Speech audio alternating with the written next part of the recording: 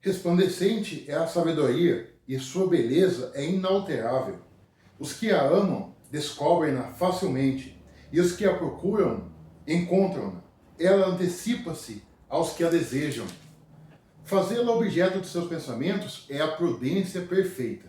Livro da Sabedoria, capítulo 6, versículos 12, 13 e 15.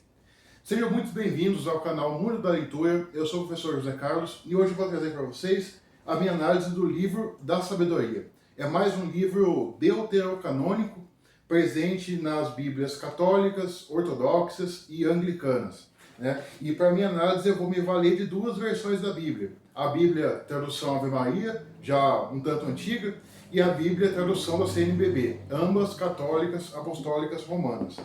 Muito bem, é importante aqui que eu diga que tem uma diferença entre livros deuterocanônicos para os livros apócrifos. Deuterocanônicos são aqueles que aparecem ainda nas Bíblias de algumas vertentes cristãs, como essas que eu mencionei aqui. Os apócrifos, eles não aparecem basicamente em nenhuma vertente de Bíblia. Mas eles, no passado, alguns deles no passado, já fizeram parte das escrituras sagradas de algumas denominações. Então, os apócrifos são esses, né? É uma coleção que hoje em dia é uma coleção publicada, né, separadamente. Eu tenho aqui o volume 1, o volume 2, o volume 4, e tem um outro apócrifo que é o Testamento de São João, né? Dentre os apócrifos a gente pode encontrar o Evangelho de Felipe, temos várias cartas, né, antigas, vários outros evangelhos, enfim. Eu pretendo fazer uma análise de cada uma desses apócrifos, né, de cada um desses apócrifos mais pra frente. Hoje eu vou trazer o Livro da Sabedoria. Bom, o que é essa sabedoria que o autor traz aqui? Trata-se de, antes mesmo de eu afirmar um pouco sobre esse conceito, é importante ainda que eu apresente um breve contexto histórico. Trata-se de um livro escrito quase no advento de Cristo ali, né?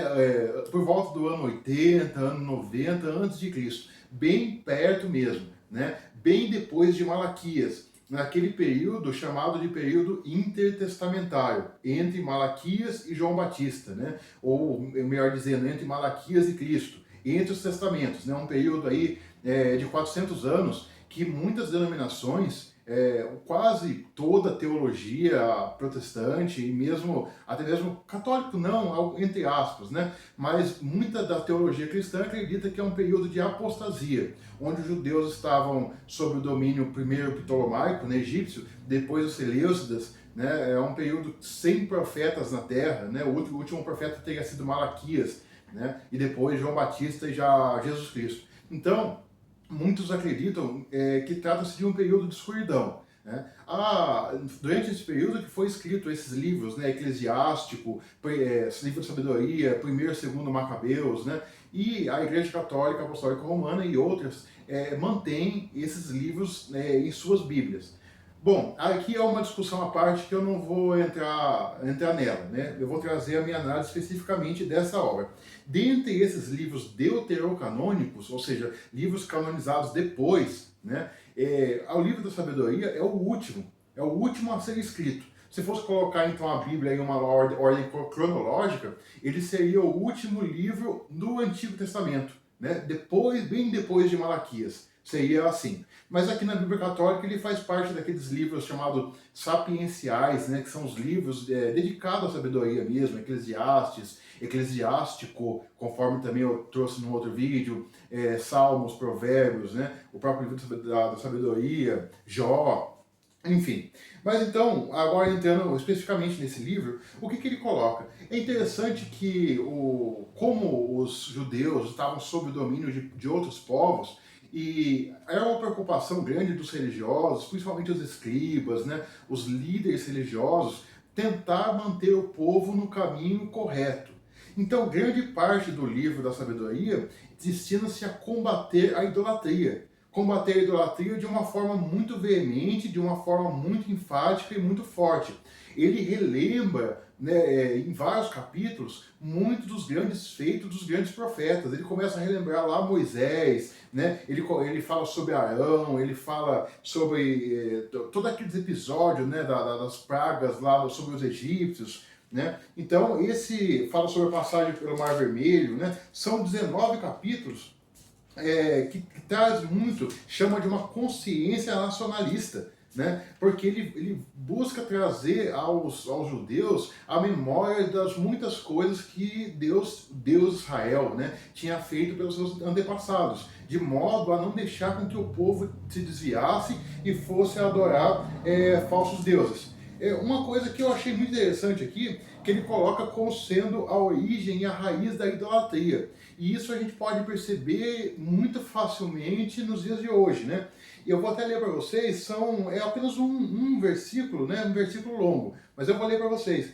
Foi também em consequência das ordens dos príncipes que se adoraram imagens esculpidas, porque aqueles que não podiam honrar pessoalmente, porque moravam longe deles, fizeram representar o que se achava distante, e expuseram publicamente a imagem do rei venerado, a fim de lisonjeá-lo de longe, com seu zelo, como se estivesse presente. Ou seja, como o rei estava muito longe do povo, fizeram-se imagem dele, né, do rei, e fizeram o povo adorar aquela imagem, aquela representação, como se fosse o próprio rei presente. E daí está uma das origens, ou segundo o autor aqui, a origem da própria idolatria, que a pessoa começa a adorar uma imagem.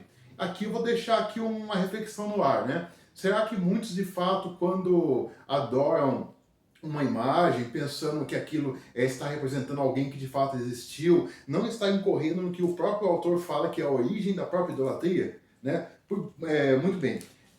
Outros pontos, ele fala muito sobre idolatria, muitos capítulos dele, né, como eu disse, que é o objetivo do autor mesmo não deixar, né, com que o povo se desencaminhasse. E ele, não só de Moisés, ele fala sobre a sabedoria, né, de Adão, de José do Egito, de todos esses. Ele fala sobre a oração e a sabedoria de Salomão, né, que foi considerado um dos maiores sábios de todos os tempos, né? E uma coisa interessante é que ele já começa a falar da imortalidade da alma, que é um conceito que vai se aproximando de certa forma ali do Evangelho. Lembrando que, conforme eu disse no Eclesiástico, e também tem um paralelo no Eclesiastes, né?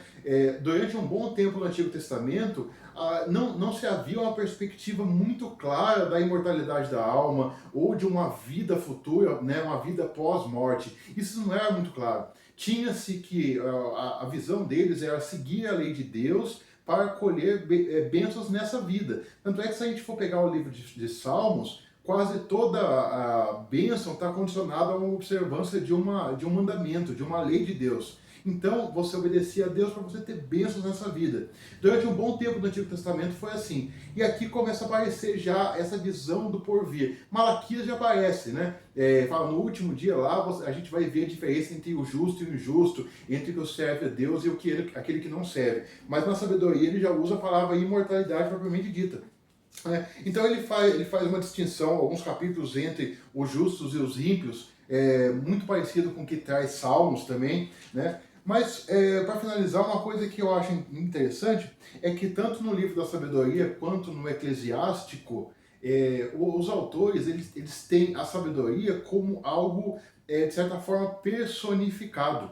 Né? A sabedoria seria o Espírito de Deus emanado, seria como se fosse uma pessoa mesmo. Eles se referem à sabedoria não como um conhecimento, e sim como uma pessoa que estava com Deus no princípio, né? Que emanava de Deus. Né?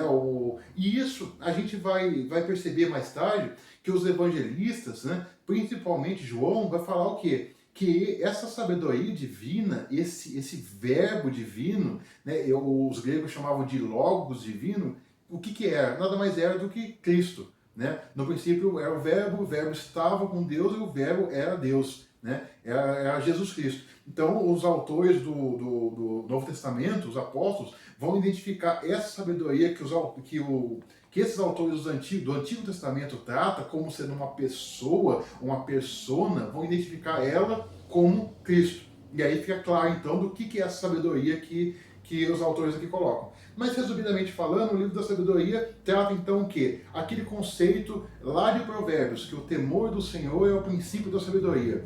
Sabedoria o sábio é aquele que pauta a sua vida mediante as leis de Deus, né? E esse é o princípio da sabedoria, porque toda a sabedoria emana de Deus, conforme diz o Eclesiástico, né? Então, essa é a minha análise. Se vocês gostaram, deixa o like, deixa o comentário, né? Eu pretendo trazer a análise de todos os livros deuterocanônicos e livros apócrifos também, devido a alguns pedidos que eu tive aqui entre os comentários. Obrigado, pessoal.